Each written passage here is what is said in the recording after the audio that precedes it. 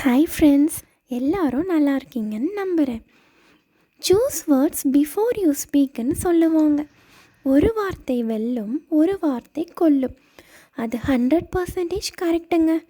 நம்ம எவ்வளோ க்ளோஸாக ஒருத்தவங்க கூட பழகினாலும் ஒரே ஒரு வார்த்தை தப்பாக போச்சுதுன்னா அவ்வளோதாங்க.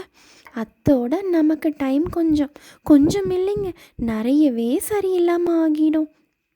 அவங்க போய் இன்னொருத்தவங்க கிட்ட என்ன இப்படி சொல்லிட்டாங்க நீ சொல்ல, நாம் வேறு யாருக்கிட்டேயோ எதையோ மீன் பண்ணி சொல்லி இருக்க, அவங்க இத்தோட லிங்க் பண்ணி விட்டுருவாங்கங்க.